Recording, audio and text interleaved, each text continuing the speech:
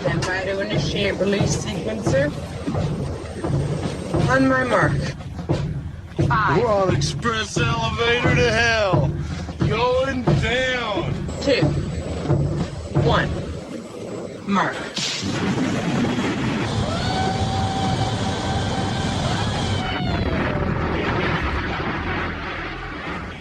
Hello, everyone. My name is Mark, a.k.a. Derringer. Today is Sunday, July 8th, and you're listening to episode 164 of the Instant Action Podcast, your weekly source for Planetside 2 news and information.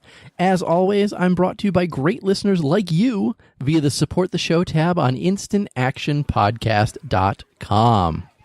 So, how is everybody's summer event going? Hopefully you were taking full advantage of Double XP weekend-ish. I guess 4th of July was on a Wednesday, so rolling through Sunday, you got a few days, more than just a weekend. And I don't know about you, but having 4th of July in the middle of the week like that really just kind of threw everything off for me. I mean, I got a day off in the middle of the week. I'm lucky enough like that. But then going back to work on Thursday, it felt like Monday all over again, but I only had to work 2 days, and now the weekend's here, and I haven't really gotten as much as I wanted to get done. Maybe you're all in the same boat as me, but hopefully, like me, you've been taking advantage of as much of the Double XP as you can, also playing around with the summer event. I have a lot of thoughts on the event itself, the squirt guns, the soldier soakers, as well as all the other stuff, which I'll talk about a little bit later in the show. Other than that, finally the heat broke here in Massachusetts. It's not as hot this weekend, but I hear it will be hot again next week. So that means more playing Planetside 2, more working through the summer event stuff, and things like that. But with no further ado, what's actually in store for this week's show? Well, I'm afraid it's probably going to be a shorter show because there's not a heck of a lot out there, but I do have a pair of hotfixes on the PC to talk about, followed by some performance issues to talk about, as well as a response. And then, like I said, I want to talk about the summer event in general and my thoughts. So strap in as we hot drop into another episode of the Instant Action Podcast.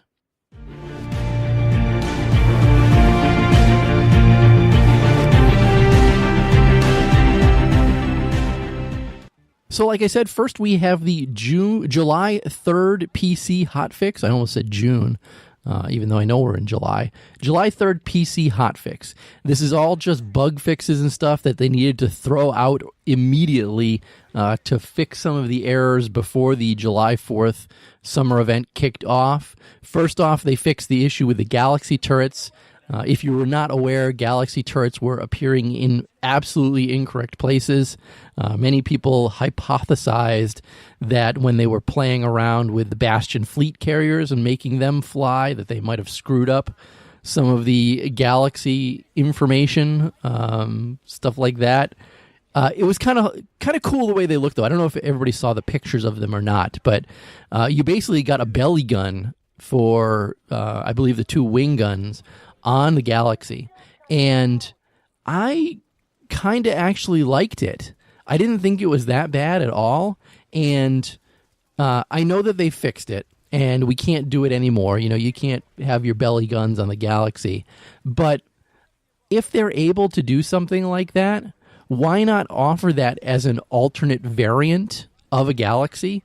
I would happily, at times, trade my 2 wing cannons for 2 belly cannons, especially, you know, if I'm flying from one end of the map to the other, then the wing cannons are probably better off, especially if I'm being harassed by ESFs, Liberators, or other galaxies for that matter. I think the wing guns are probably excellent, especially during an aerial anomaly. Wing cannons are definitely the way to go. But if I'm battle galling, or if someone's doing a battle gal, and a prime example like that, if you play on Emerald, we all know that Mad Hatta is probably the premier battle gal flyer out there. So I imagine that he would love to be able to have a variant of the Galaxy with 2 belly guns instead of 2 wing guns. So imagine a top gun, a rear gun, and 2 belly guns as a battle gal variant. I would definitely cert that out for certain instances. And I think it would kind of give a different flavor to the Galaxy itself. So I know I'm talking about something that has been hotfixed and is no longer available in the game, but if anybody at Daybreak Games is listening, maybe that's something to check out in the future, especially if it's doable. I mean, clearly it was a bug that forced it to happen, but it definitely happened. Maybe we run with something like that. That being said, let's move on to the remainder of this minuscule hotfix. Next, they fixed some of the Nomad 1 armor camo coverage. I know that there were some issues with how camo was covering over some of the armor itself when it wasn't supposed to be, so they fixed that. And then they also localized the text and updated it for the Summer Fun event because they had some issues with localized text that needed to be updated. Again, that is the majority of that patch itself. That's the entirety, not the majority. That's the entirety of that July 3rd PC hotfix.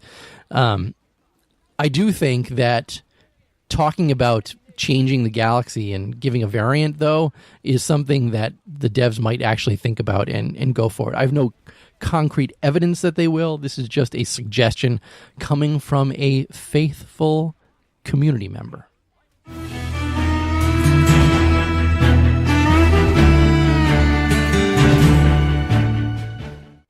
And with that, topic number 2 this week is the quick follow-up, the July 6th PC hotfix. And a lot of this was in response immediately to stuff that came to live after July 4th. And we played with it on the 4th and the 5th before stuff went in live on the 6th. And obviously, everything dropped on the 4th, and then everybody over at Daybreak Games got the day off for July 4th. So that's why everything was broken for that first day. Nothing was going to get fixed on July 4th, no matter how much anybody wanted it who was playing the game, because Daybreak, you guys deserve a holiday on July 4th, just like everybody else in the United States, so they got it as well. So that's why it was all hands back on deck on July 5th as they tracked down all the various bugs and got them all fixed. So first of all, starting July 6th, water balloons, water pistols, and the Freedom thrusters are now available for all players because many people logged in and had bugs immediately where your Freedom thrusters weren't available, or you could go to your pistol section and the water pistol was not there. And for me, something I didn't even see until late on July 6th was finally the water balloons actually showed up, which hadn't been there before. Speaking of water balloons, a little PSA for you in case you're curious. When you equip the water balloons, you get 4 of them every time. If you equip Grenade Bandolier, you do not quadruple that to 12 water balloons. So don't bother equipping Grenade Bandolier if you're using a water balloon. Change that off because you can be using Nanoweave or something else in its place. All right, back to our regular scheduled show now. But yeah, like I said, I didn't have access to the water balloons until late on the 6th after this hot fix went through.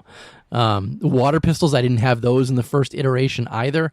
I did have the Freedom thrusters from the start, though, which I can't explain why I had that, but not the other 2.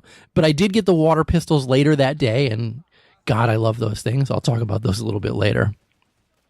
And finally, summer support ribbons are now correctly granting experience. That was another bug right off the bat where you weren't getting experience from earning those ribbons. Next, for the Soldier Soaker, that's the water pistol, they removed the headshot multiplier, and God, it was such a beastly gun when its headshot multiplier was added. I'm sad that they removed it. And they also changed the loadout screen fire mode so it now shows as semi-auto. They also had issues with the anchored mode of the Prowler. It was not allowing you to anchor it in no deploy zones. They have fixed that. Next, moving on to the new flash weapons. First, the LA-7 Buzzard. This is the new conglomerate ones. They had issues where the projectiles were not showing the correct detonation effects when exploding before the 20-meter arming distance. They have fixed that. And for the V-30F Starfall, the Vano Sovereignty flash weapon, the loadout screen's fire mode now shows it as a 3 times burst weapon like it should have always. Next, moving on to continents. On Hassan, there was issue with some of the water planes, and they've actually restored those. I think they're the first people to actually drain the swamp. I know, bad joke. They also made a change to the aerial anomaly event. Now, for a dominating victory, you need to acquire 15,000 points instead of 10,000 points. The only known issue still out there that they're aware of is that when you're on the tab menu, it's not showing alert scoring. So, unfortunately, you've got to go onto your map screen to see alert scoring instead of going to the tab menu. And again, that was the entire July 6th PC hotfix in a nutshell. Again, the reason it came out on the 6th, they weren't there on the 4th. They had to spend the 5th putting it all together and ironing out all these various bugs because some of these things can't happen instantaneously. But we did get it on the 6th, and everything seems to be working as far as I can tell at this point. Except I'm sad that the headshot multiplier was removed. But with that, let's move on to our third topic this week because we're flying right along.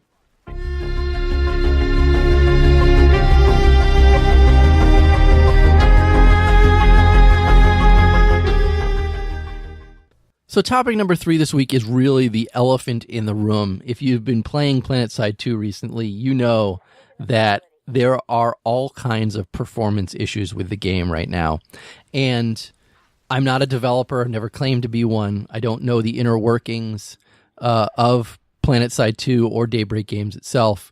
But if I had to take a stab in the dark on what happened, is that they made so many changes to the game because of the construction update, adding events like the aerial alert, aerial anomaly alert and things like that, that things are not in a good state with the game right now. Personally, I'm experiencing micro-hitching issues.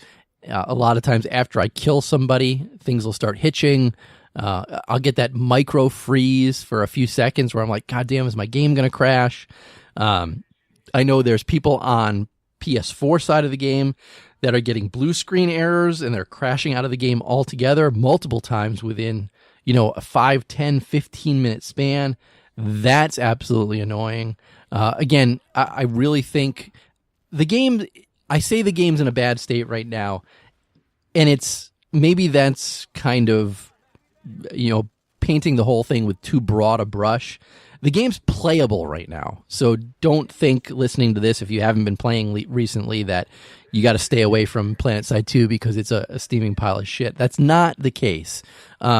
It's definitely playable, but there are certainly instances now in the game where and for me it seems it always happens after an aerial anomaly alert, is that there's so much going on with the game that my frames drop to almost nothing, and I seem to not be able to recover after that. And I'm thinking a lot of other people are probably experiencing the same issue. But the really worst part of the whole thing is that even people with what they consider absolutely high-end, top-end machines right now, current 8th generation, i7 Intel processors, or people with some of the newest AMD Ryzen processors, and then pairing them with 1080 Ti's, which are absolute 100% top-of-the-line graphics card at this junction, are experiencing some of the worst performance in the game itself.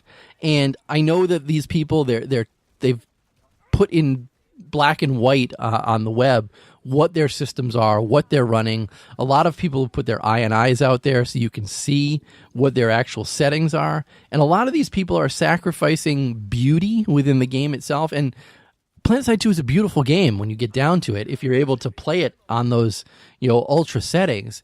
These people with 1080 Ti's having to drop their stuff down to medium or worse, even to low, removing shadows and other things like that, just to make the game run at 60 frames per second. It's kind of unacceptable, in my opinion, at this point. And again, I think that they just went too far too fast, adding too many new things to the game, and then continuing to throw more things out there. Like I said, we got that huge construction update with the events and things like that. And that there really wasn't much time between that and when we got the summer event happening. And now in the summer event, you've got water guns with their effects on screen. You've got water balloons and their effects on screen, things like that. I don't know how they're affecting performance, but I think they just threw too much of it at us too quickly, and we're kind of paying for it now with poor performance.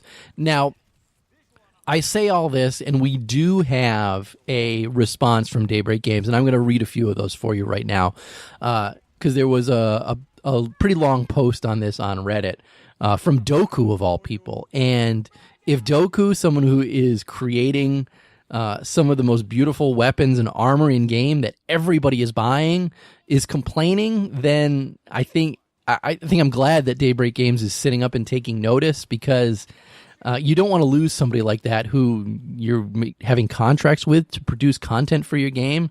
You really don't want to sour somebody like that on the game itself. If you sour somebody small like me, a podcaster, big friggin' deal. It's not like I'm contributing anything to Planetside 2. Yet, if they want to call me, I can do whatever they want. Voiceover work, you just call me. I'm there. But that being aside, we do have a response from the folks over at Daybreak Games, and Roxley was the first to comment and say that that we've got a good amount of people working on this right now, and it has been one of our main priorities. After we get a couple more bugs worked out, it's going to become our only priority, with what's basically the whole team, where applicable, focusing on this. As Nick put it, and Nick commented close to the same thing on Reddit, it's been a quote-unquote perfect storm for bad server performance. We've got a lot of issues springing up from a lot of different places, and they aren't all related. It's going to take some time to fix things up, and don't expect everything to happen all at once. But know that we're putting our resources behind this to get it worked out. So, again, it's good that they're out in front of this. They're aware. They know that they don't want to see a complaint post about performance dominating Reddit, dominating their forums, dominating Twitter, or anything like that. So I'm glad that they're putting all hands on deck to kind of solve this stuff. As far as I'm concerned, they've got 2 months at this point, all of July and all of August, because they've got a summer event going on that's going to take up everybody's time. So they really should not introduce anything new to the game at this point while they've got this stuff going on. And if I was them, just my personal opinion on this, the next update, throw at us in September. Give us new, that should be the time, at least I think, when we're talking new implants, all kinds of things like that. You get people playing through the summer. You've already got content out there for them to play through the entire summer. Look for September for the next thing. So somebody did ask a question on Reddit, which I thought was important, and they wrote, will this priority be a full review and intensive fix on the entire game's performance issue, or is it just to fix what issues show up currently, and will this interrupt current content flow significantly? And Roxley again responded and says, although I know we'll be working to clear the recent crop of issues to get things back to a much more regular state, we're always working on performance as a whole. Aside from that, it's hard for me to give a solid answer on how things will improve in the near future, as I don't know how some fixes might affect other moving pieces. From my understanding, it's not always linear, but then again, I don't directly touch the development side of things. She then goes on to further say, we still have plans to release more content and don't want to halt that. This may slow our next batch of features a bit, depending on how much manpower it takes to get things fixed. We still have our next update planned, and it's not too far out.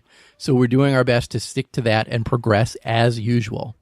A response like that makes me think that they're probably going to be pushing this, the next update, late July, early August, something like that, which, in my opinion, if they're still working on performance issues, is probably jumping the gun a bit, and maybe they need to scale it back. Again, I think we have enough content to push us through August. And if we, from there in September, even if it's the first week of September, then that would be perfect in my opinion. Drop it right on us, first day of September, summer event just ended, here's your brand new content. And then late August, do another developer live stream and say, here's what we're going to be dropping on you in a week or two, and then bam, out it comes, and everybody's all excited about what's coming. Again, that's just my opinion on how it's going to go. I don't know that that's actually what they'll certainly do. But coming from a long-time player, I don't think I've been this disappointed about the status of the game or the performance of the game, micro-hitching issues in the game, since before the OMFG, the Operation Make Faster Game update that they undertook at this point many, many years ago. So I will say that I'm happy that they have all hands on deck on this, and hopefully it does mean all hands on deck to fix the issues rather than pushing new content at us when they've got more pressing performance issues to get out of the way. But that's enough about this topic. Let's get back to the fun stuff.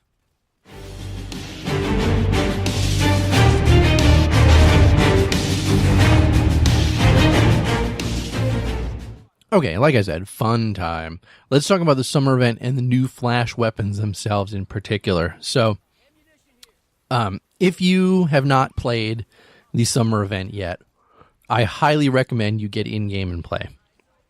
Just playing with the Soldier Soaker and the water balloon bombs is probably some of the most fun that I've had in Planetside 2, even with the performance issues aside. Absolutely some of the most fun I've had in a long time. Logged in on the 4th, started playing, started using the Soldier Soaker, first kill NC Max. And I just laughed and laughed and laughed and laughed because it was hilarious. And just getting in huge fights with everybody using the Soldier Soaker and killing each other with it. And just, granted, it was a little overpowered when it first came out, and it's been tuned back, and it's not as OP as it was when it first came out. But it is such a fun weapon to use right now. And I kind of hope that they bring it back some other time. I know it really only fits during the summer, but it's so much friggin' fun to use. And the water balloon bombs are hilariously fun to use. Just killing somebody with a water balloon grenade makes me giggle every time it happens. But the other side of the whole thing is the flash weapons. And I want to talk about the flash weapons because I got a email this week from a listener. And as everybody knows, I usually read those during the mailbag portion of the show or the housekeeping portion of the show. But I wanted to read it here and actually talk about it now because it was one of my topics this week. So the email came from Sir Gunslinger, and he wrote, "What are your thoughts on the LA7 Buzzard? It seems to me like the NC got the short end of the stick this time. The TR get a flame weapon, and the VS get a pretty good anti-vehicle weapon. But the NC get a mortar that doesn't work like a mortar. Its arc of fire is not great enough, and its damage is underwhelming, especially as staying still in a flash guarantees instant death. When you're as close to the front lines as the fire arc of the Buzzard forces you to be, I don't see the imbalance as a huge issue at the moment, as assault flash drivers seem to be a fairly small minority. But given the amount of flash mob videos circulating on the subreddit, large amounts of flashes may become the new vehicle meta, at least for the VS. It would certainly be more sustainable than tank zergs. I personally have seen some people in FedEx working with these tactics, although canister or gatekeeper weapons combined with our favorite ammo type, Hesh, seems to be a fairly hard counter. As much as I love DBG, the Buzzard seems to me conclusive evidence that someone there hates artillery. P.S. Squirt guns OP, please nerf." So, again, I wanted to talk about this because of Sir Gunslinger's email, because I do also agree that the NC kind of got the short end of the stick on this one. So let's talk these weapons from best to worst. So my first impressions, the VS, the Starfall, it's pretty darn good. The time to kill is kind of crazy. Pairing that, it's got a pretty darn good mag dump potential, as well as it can really reliably hit targets. Definitely the top contender.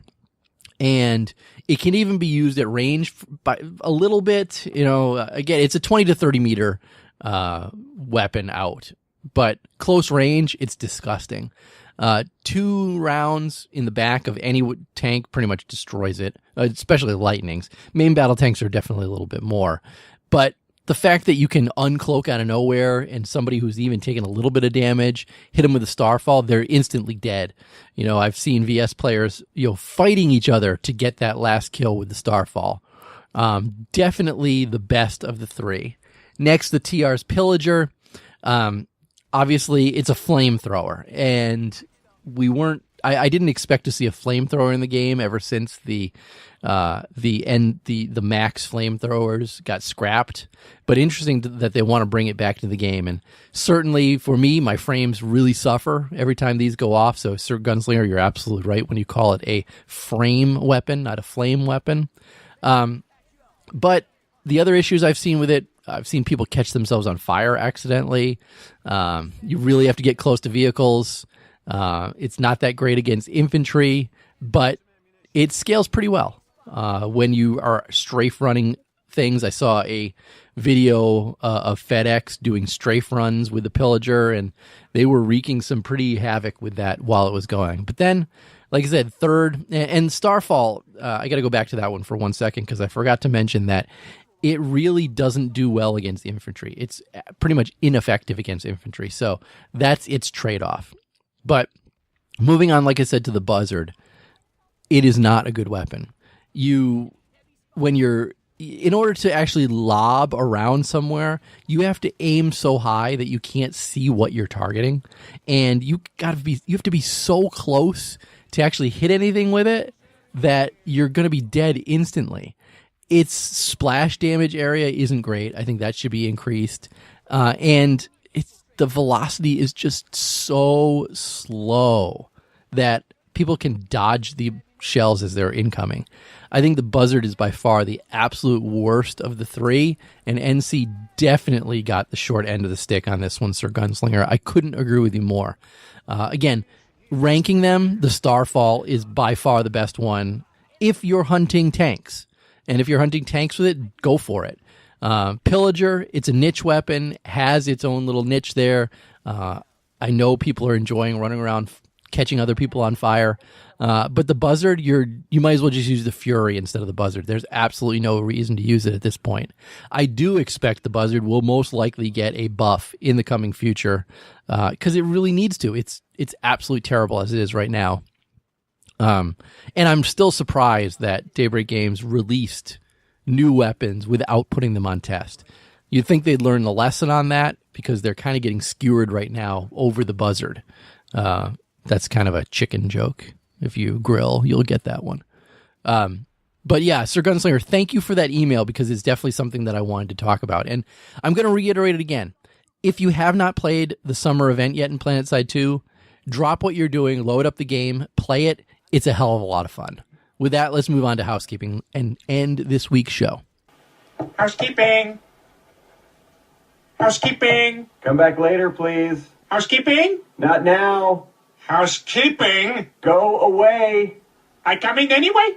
So like I said, Sir Gunslinger, your email was the only one this week. So with that, that's really going to be it for this week's show. But how can you get in touch with me or the show itself? First off, visit my website, www.instantactionpodcast.com. Send me an email like Sir Gunslinger did, instantactionshow@gmail.com. Call me, leave me a voicemail, 347-4VM-4PS2, or that's 347-486-4772. Follow the show on Twitter at InstActPodcast, or me. My personal Twitter is at The Derringer, and you can friend me on Pokemon Go since I've picked that up again. But in closing, if you've enjoyed the show, please leave me a review on your podcast listening avenue of choice, whether it's iTunes, Stitcher, Google Play, or anywhere else. Also, feel free to tell your friends and outfit mates about the show. And finally, thanks for listening and keep spamming that Join Combat, formerly known as Instant Action button.